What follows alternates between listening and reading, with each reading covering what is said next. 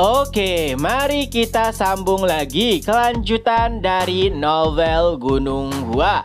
Beberapa saat setelahnya, Hugong pun terbangun sambil menatap langit. Entah kenapa langit terasa berwarna merah. Hugong juga lupa kenapa ia berada di tempat itu. Hingga pada akhirnya ia pun teringat. Terakhir kali Chung Myun berhasil menghajar wajahnya dan itulah yang membuatnya terjatuh. Salah satu matanya terluka, itulah yang membuat langit terasa berwarna merah dan beberapa tulangnya juga sudah patah. Kondisinya benar-benar terlihat sangat memalukan. Hugong pun mulai mengingat-ingat kembali bagaimana pertarungan sebelumnya dengan Chung Myun. Yang anehnya, pedang Chung Myun seperti memanjang hingga bisa menjangkaunya. Tentu saja itu adalah hal yang mustahil bila pedang tidak akan pernah memanjang, yang artinya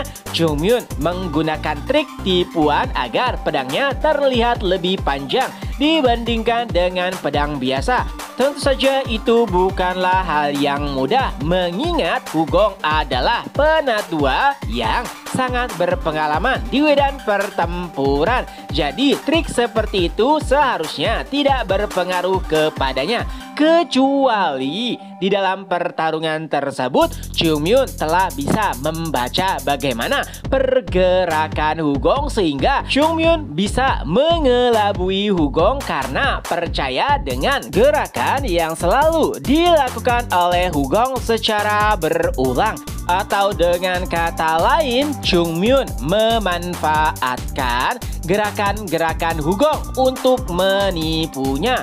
Lalu Chung Myun pun perlahan mendekatinya dan berkata, "Jadi, apakah itu ilmu pedang udang?" Mendengar perkataan Chung Myun yang seperti tengah meremehkannya, tentu saja membuat Hugong kesal. Ia pun berteriak, "Diam! Berani-beraninya kau melakukan tipuan di dalam pertarungan ini." Tentu saja Hugong merasa jika harga dirinya telah dihancurkan apabila ia dikalahkan oleh murid kelas 3 dari Sekte Gunung Hua. Oleh sebab itulah ia mengeluarkan berbagai macam alasan untuk bisa memaki Chung Myun, dan pastinya Chung Myun sama sekali tidak peduli. Ia pun berkata, "Dasar bodoh, sepertinya tidak ada gunanya aku menghajar wajahmu. Nak, ingatlah ini baik-baik. Jika ini adalah sparring biasa, aku akan menikmati pertarungan ini. Tapi saat kau mengeluarkan aura membunuh, ini bukan lagi latih tanding ataupun sparring, melainkan ini adalah perang. Dan di dalam perang kau tidak membutuhkan proses, melainkan hasilnya. Ya, singkatnya, di dalam peperangan kau akan melakukan apapun untuk bisa bertahan hidup. Entah itu pura-pura mati atau menggunakan trik kotor lainnya. Pada intinya, lakukan apapun untuk bisa membuatmu bertahan hidup." Sejujurnya, perkataan Chung Myun sangat mengejutkan Hugong, dan itu bukanlah perkataan yang pertama kali ia dengar. Para sesepuh Wudang terdahulu sering mengatakan hal tersebut, tapi perbedaannya karena Hugong belum pernah merasakan medan pertempuran yang sesungguhnya, ia masih belum menyadari esensi dari perkataan tersebut.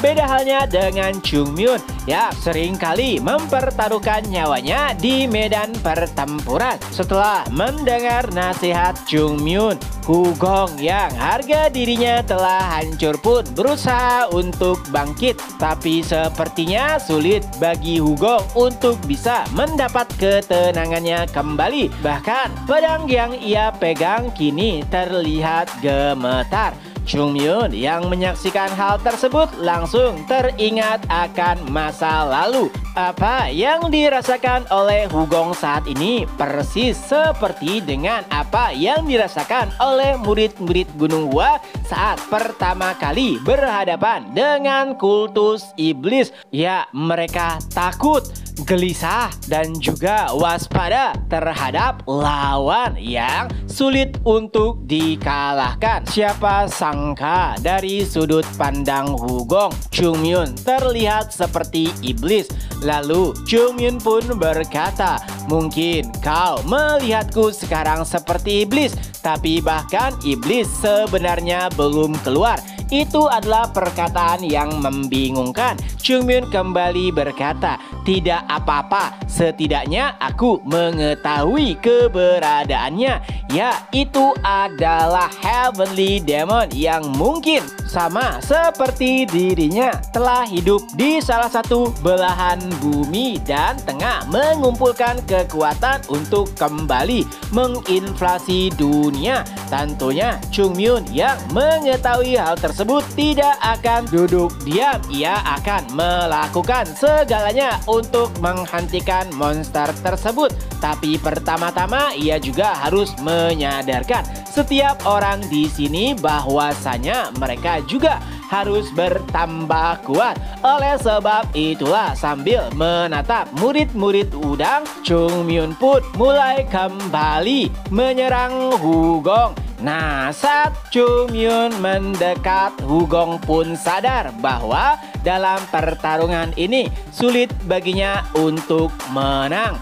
Dan satu-satunya cara yang ia bisa lakukan hanyalah memperlambat kekalahan dengan memanfaatkan segala yang ia punya. Tidak penting lagi apakah yang ia lakukan benar atau salah. Setidaknya ia bisa bertahan. Tapi tentunya sulit bagi Wugong untuk bisa menghadapi Chunmyun yang tengah serius. Walaupun beberapa kali Wugong berusaha untuk mementahkan serangan Chunmyun, itu tidak terlalu berguna. Hingga pada akhirnya Wugong pun bisa melihat dengan jelas di sekitarnya bunga plum milik Chunmyun mulai bermekaran.